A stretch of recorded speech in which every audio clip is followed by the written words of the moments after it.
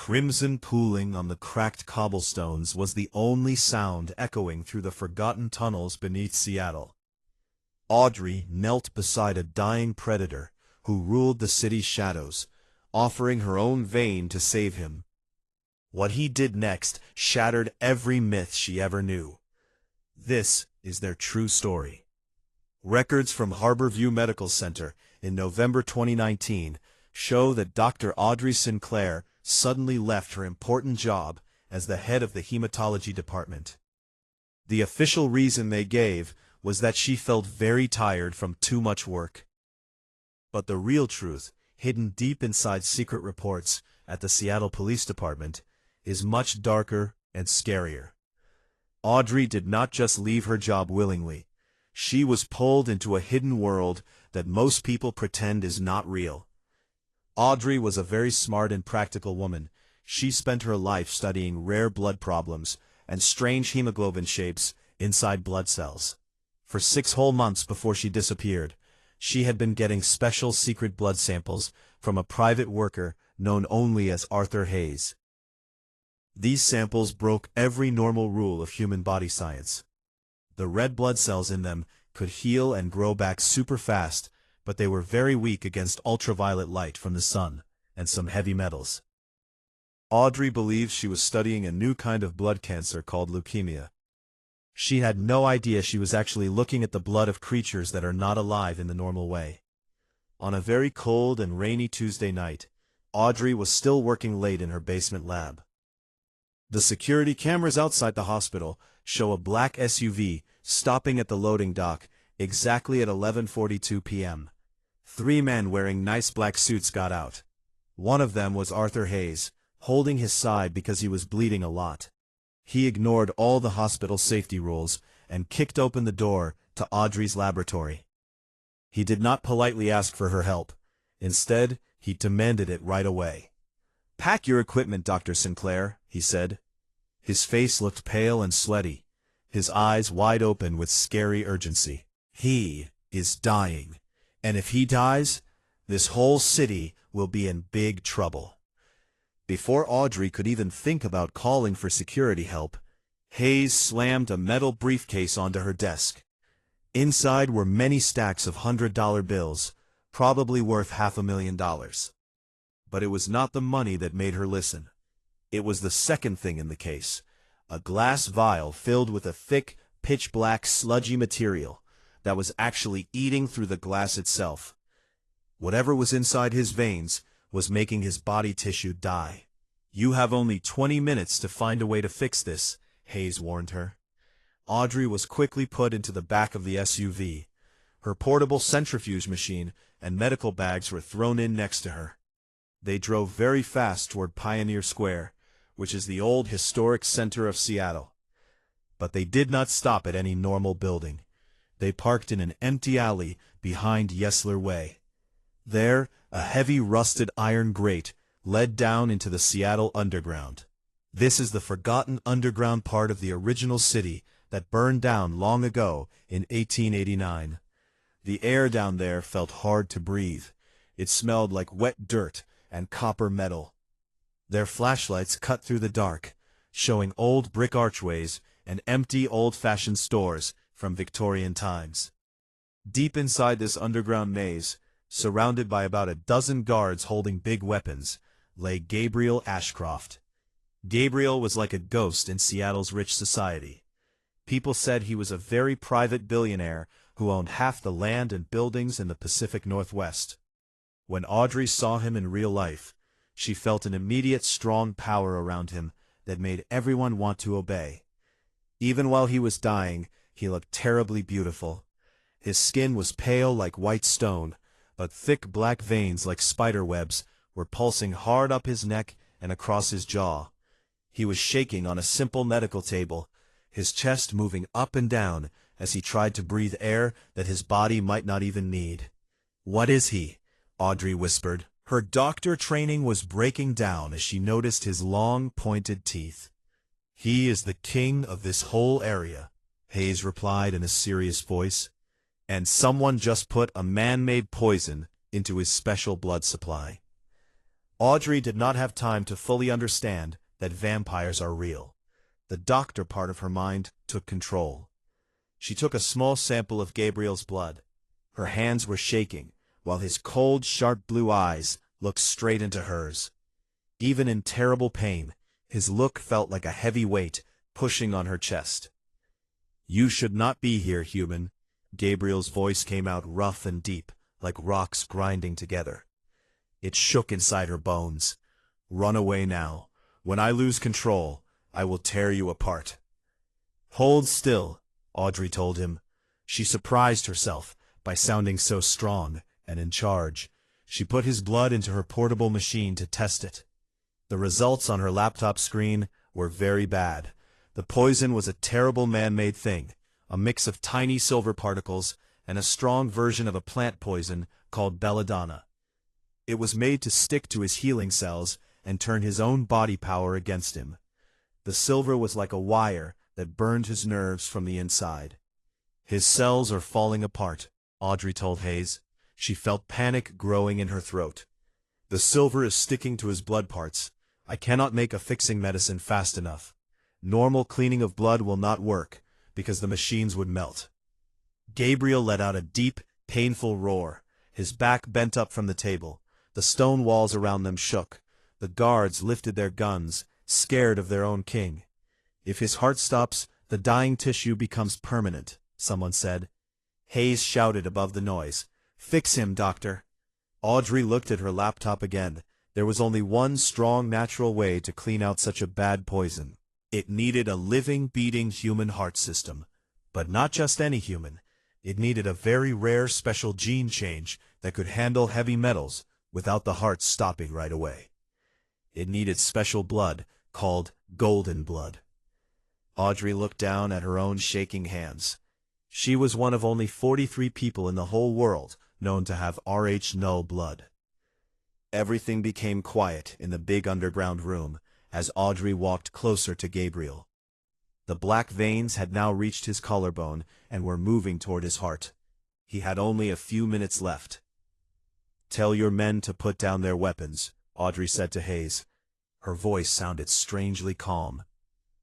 "Doctor, what are you doing?" Hayes asked. "I am giving him a natural body filter," she answered. She took off her white doctor coat. "My blood is very special. It does not have any of the 61 antigens in the Rh system. It can give to anyone at the smallest level. More importantly, my red blood cells are strong in a unique way. If he drinks from me, my blood will work like a natural cleaning machine. It will grab the silver and push the belladonna out of his body." Gabriel, fighting through huge pain, shook his head hard. "No," he growled. Sweat ran down his pale face. "The poison will go into you. It will kill you." "I am a doctor. My promise is to save my patient," Audrey said. She stepped very close to him. Being near him felt exciting, like a strong pull from long ago. An old magic designed to catch prey. But Audrey did not feel like prey. She felt a deep, strange connection to this lonely, dying immortal who was shaking on the table. She opened the top button of her blouse to show the soft beating spot on her neck. "Do it," she whispered as she leaned over him. The blue color disappeared until they were completely black. The smell of her rare golden blood cut through the metal smell of the poison. It was too strong for any hungry vampire to ignore. With a desperate, wild sound, Gabriel grabbed her waist and pulled her down against his cold chest. His sharp teeth went into her throat.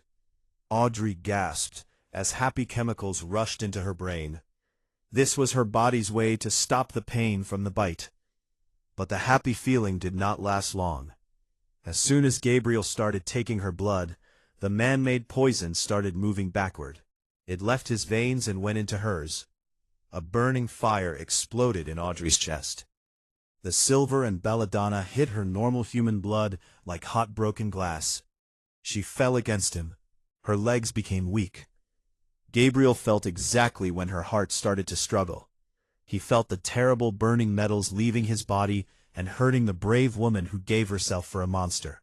Through his strong hunger, a powerful protective anger woke up inside him. He had lived for 400 years, winning big fights and living through wars, but he had never seen such a kind, unselfish act. She was going to die. Her weak human heart was already beating wrong. The poison was too strong. No, Gabriel thought. His mind was clearing as her pure blood washed away his confusion. I will not let you fall. Using all his returning power, Gabriel pulled his teeth away from her throat with force. Audrey fell back, shaking hard. Her lips turned a dark blue color. The black veins that had been hurting Gabriel were now moving up Audrey's pale neck. "Audrey!" Hayes screamed and ran forward, but Gabriel pushed him back easily with one hand movement. Gabriel's own healing was only halfway back. The poison was still in his legs, but he did not care. He needed to fight the poison in her body right now. Normal doctor tools could not save her. Only special immortal body power could. Without waiting even 1 second, Gabriel brought his own wrist to his mouth. His teeth cut through his skin easily and opened the artery. Thick red blood, full of hundreds of years of strong healing power, came out. He pulled Audrey's shaking body into his arms and held her head gently. "Drink," he said softly. He opened her blue lips and pressed his bleeding wrist to her mouth. His immortal blood went straight down her throat. Audrey coughed because the strong metal taste was hard. But Gabriel held her steady. His hand gently touched her hair. "Breathe, Audrey. Let it burn. Let it heal you," he whispered fast. His forehead touched hers. As Gabriel's blood reached her stomach, the reaction was huge. Audrey bent back hard in his arms. A loud, terrible scream came from her throat. The old vampire blood fought a hard battle against the man-made silver poison in her human veins. The underground room filled with the sounds of her pain. Gabriel held her close, taking her wild movements, and whispered old promises in a language no one in the modern world remembered. He was making himself weak. By giving his healing blood to her, he was taking away the power his own body needed to finish fighting the poison. The black, dying veins started to move back up Gabriel's neck. He was taking the poison back into himself, trading his life for hers, one drop at a time. Audrey's shaking finally became slower. Her breathing, which had been fast and weak, became deep and steady. The sick blue color on her skin changed to a warm, unusual glow. She opened her eyes, and for one scary second, her eye color flashed the same deep black as Gabriel's. She was alive, but she was not completely human anymore. Gabriel gave her a tired, weak smile. Then his eyes rolled back, and his body went completely limp. He fell onto the cold stone floor of the underground room. "Gabriel!" Audrey screamed. The strength in her voice surprised even her. She quickly got to her knees and grabbed his shoulders. His skin felt like ice. The King of Seattle had fallen, and Audrey's scary adventure was only starting. The Seattle underground was very cold in November. The damp, bone-chilling air came through the old bricks from the 1800s. But as Audrey Sinclair knelt beside Gabriel Ashcroft's body that looked lifeless, she realized she could no longer feel the cold. In fact, she could feel everything else with clear, strong, and sometimes painful detail. She could hear the fast, scared beating of Arthur Hayes' heart from 10 feet away. She could smell the exact mix of chemicals in the wet dirt under the stones, the old copper from pipes, and the strong plant smell of the poison that almost killed the immortal king. Most surprising of all, she could feel the very slow, thick, almost hard-to-notice beat of Gabriel's heart. Under his frozen chest, he was not truly dead. He had gone into a deep sleep-like state on purpose. This was his body's safe way to protect important parts while it tried to clean out the last heavy metals. "Dr. Sinclair," Hayes said carefully, stepping closer like he was near a wild animal. "Your eyes." Audrey blinked. The deep black in her eyes slowly went back to her normal hazel color. But now a ring of strong gold circled her pupils forever. She did not pay attention to Hayes right away. Her doctor knowledge came back strong, now powered by the old supernatural energy in her blood. Gabriel had saved her by pushing his healing blood into her weak human heart. But in doing so, He had given up his own healing power. The silver poison was still stuck in his lower body, slowly hardening his veins like crystals. "We need to put him back on the table," Audrey said in a strong voice. It did not shake. It had a special powerful sound that made Hayes obey right away. When Audrey grabbed Gabriel's shoulders to lift him, she almost threw him across the room by accident. Her muscles now had explosive, impossible strength. A normal woman who weighed only about 130 pounds had just lifted a full-grown heavy immortal man as if he were light like wood. She did not have time to think about her new body powers. She had a patient who needed saving. "The poison is causing a bad blood cell breaking problem in his lower blood paths," Audrey said. She opened her emergency medical bags with super-fast speed. "His body is trying to freeze the poison to stop it, but the silver is too strong. It'll reach his brain soon. We need special blood cleaning, but I do not have the big machine." "Then what do we do?" Hayes asked. His calm face was starting to show fear as he looked at his dying king. "I become the machine again," Audrey said seriously, "but this time we control it better." She quickly told Hayes to get blood bags from the cold storage in the underground safe room. Gabriel kept many bags of O-negative blood there for his guards. It came through secret ways from the local blood center. Audrey needed a lot of blood volume. She took a clean knife, and without being scared, made a deep cut on her own arm. She watched with interest as the cut closed itself in just seconds. Gabriel's blood had made her a fast-healing mixed being. "I need big IV tubes," Audrey ordered. "I am going to make a closed circle with our bodies. I will connect my artery to his vein, and his artery to my vein. My liver and kidneys now work at super strong levels because of his blood. I will clean the poison out of him, let my organs handle it, and push it out. But you must keep adding the O-negative blood into me so I do not get too much blood and go into shock." As Hayes hurried to set up the poles for the tubes, a loud metal bang came from the underground hallway. The heavy iron grate at the Yesler Way entrance had been broken open. Hayes froze. His hand went to his gun. "That is not possible. The locks are special and need body scans," Audrey said. Her new strong hearing picked up the sound of heavy boots walking on the old bricks. She could hear the low sound of special ultraviolet lights turning on in weapons made just for hunting immortals. "It is Nathaniel," Hayes whispered. His face became white. Nathaniel Croft. He was Gabriel's second leader and took care of all safety roles for the Seattle area. The truth hit Audrey hard. The poison was not from outside enemies. It was a plan from inside.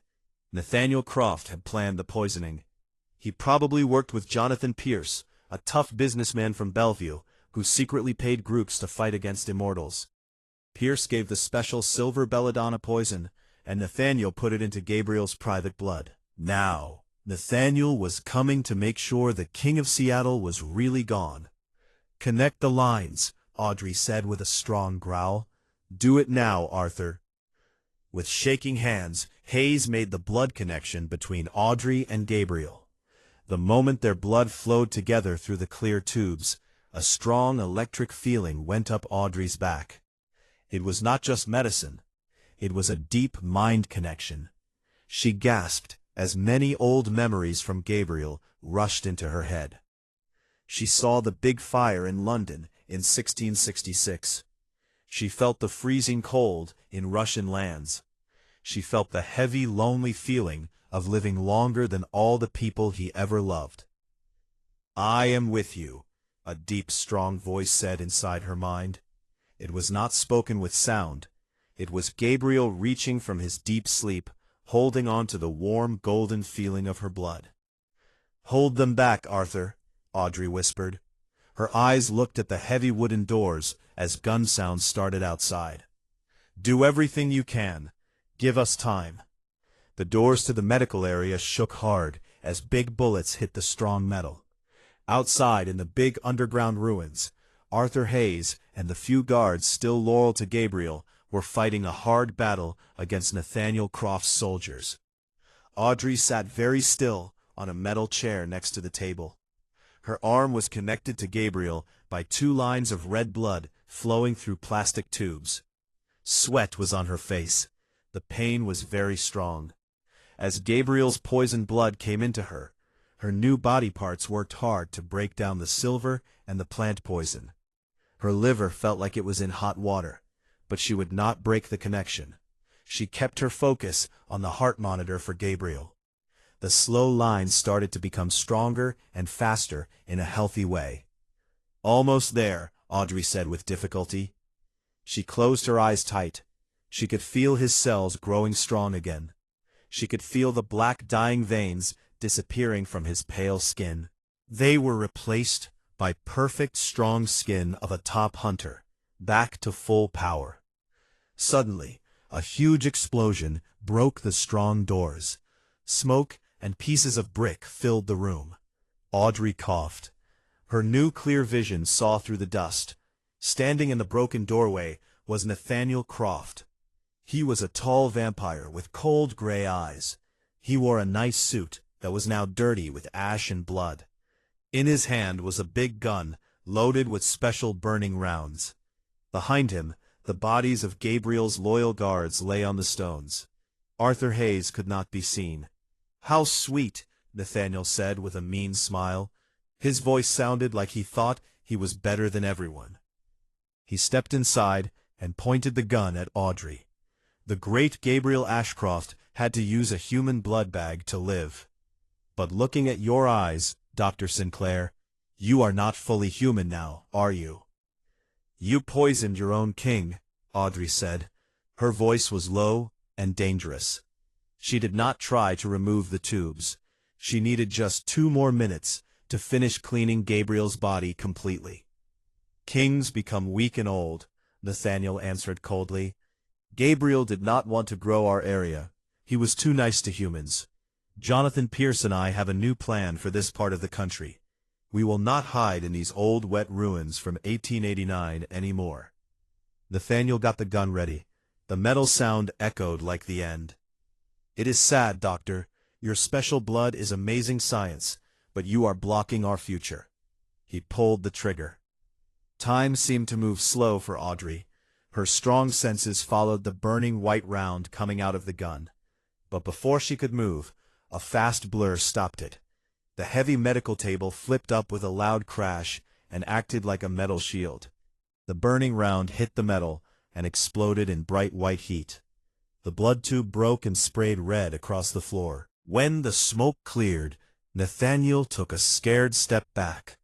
Standing in front of Audrey, completely okay, was Gabriel Ashcroft. He had no shirt on.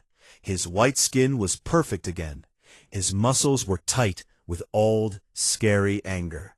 The black veins were all gone. His eyes, looking at his old helper, glowed with a bright blue light that lit up the dark room. "Nathaniel," Gabriel said. His voice was soft but strong, like an earthquake that shook dust from the ceiling. "You made a very big mistake." Nathaniel made a wild hissing sound. He dropped the gun and jumped forward. His teeth came out as he tried to bite Gabriel's throat with fast vampire speed. But Gabriel did not just fight back. He completely destroyed the attack. With smooth, strong moves, Gabriel moved aside from the jump. He reached out and grabbed Nathaniel's throat with a hand like iron. The bad vampire stopped moving suddenly. His feet hung in the air as Gabriel lifted him up. Nathaniel scratched at Gabriel's arm, but the King of Seattle did not move. The old blood that Audrey had cleaned and made pure was now full of new strong power. "You worked with humans. You brought poison into my safe place," Gabriel whispered softly. His glowing eyes became narrow. "But your worst mistake was threatening what belongs to me." Gabriel looked back at Audrey for a moment. She was holding her bleeding arm and breathing hard. The mind connection between them became strong again. A warm, protective feeling filled Audrey's thoughts. Gabriel looked back at the traitor. With a terrible cracking sound, he squeezed harder. Nathaniel's eyes opened wide in pain. Then his body suddenly turned into a cloud of gray ash. Hundreds of years of his life were gone in an instant from the power of his king's hands. The ash fell softly onto the wet stones. The medical room became completely quiet. His wide chest moved a little as he breathed. Slowly he turned to Audrey. The scary power of the top hunter softened. It became gentle and full of respect. He moved across the room faster than a blink and fell to his knees in front of her. He took her bleeding arm. His cold, long fingers gently touched the cut she had made to save him. He lifted her arm to his lips, but not to drink. He kissed the wound softly. A gentle, numb, tingly feeling spread on her skin. Audrey watched in wonder as the torn skin closed perfectly, leaving no mark at all. "You gave me your life, Audrey Sinclair," Gabriel said quietly while looking up at her. His blue eyes were full of such strong feelings that it made her breath stop for a moment. "And I gave you my blood. You are no longer limited by the short time of normal humans." Audrey reached out her hand. It shook a little as she touched his cold, perfect face. She could feel the beat of his heart, now matching perfectly with her own, in a shared rhythm. "What am I now, Gabriel?" she whispered. "You are my savior," he answered. He leaned forward and rested his forehead against hers in the dark underground ruins. "My equal, and from this night until the end of all time, my queen." The official papers from the Seattle Police Department later closed the missing person file for Dr. Audrey Sinclair. They said there was no clear proof and no more leads. Harborview Medical Center quietly took over her department. The science world lost one of its smartest blood doctors to the rainy weather of the Pacific Northwest. But in the quiet, scared talks of the secret crime world and the fancy parties in Bellevue, a new story started. Jonathan Pierce's business suddenly fell apart overnight. His fighter groups broke up because they were scared of quick, strong payback from the shadows. A big change in power happened under the city streets. Gabriel Ashcroft, the forever king of the rainy city, was no longer a lonely ruler in the dark. By his side now stood a woman who connected normal science with the supernatural world. She was a normal person who gave her blood to save a monster. Then the monster opened his own veins to save her. Their love story was started in poison and made forever in shared blood. It showed that even creatures who are not alive can be brought back by complete unselfish care. They say if you walk the wet alleys behind Yesler Way at midnight, you might see two strong hunters moving with perfect grace. They are forever joined by the golden blood that saved a dying king. This amazing story of giving everything, Dr. Miracles, and a vampire king's deepest care shows that sometimes the darkest places hold the strongest love stories. This tale teaches us important lessons about bravery and science. It reminds us how rare blood types like Rh null can be life-saving in real hospitals today, and how doctors take an oath to help others even when it is dangerous. It also shows the power of teamwork and sacrifice. When people or characters put others first, amazing things can happen. Stories like this can make us curious about real biology, history of cities like Seattle, and the value of kindness in hard times. Learning about blood science and caring for patients helps us appreciate real doctors and scientists who work every day to save lives. If you enjoy this video, please give it a thumbs up, share it, and subscribe so you don't miss my next video.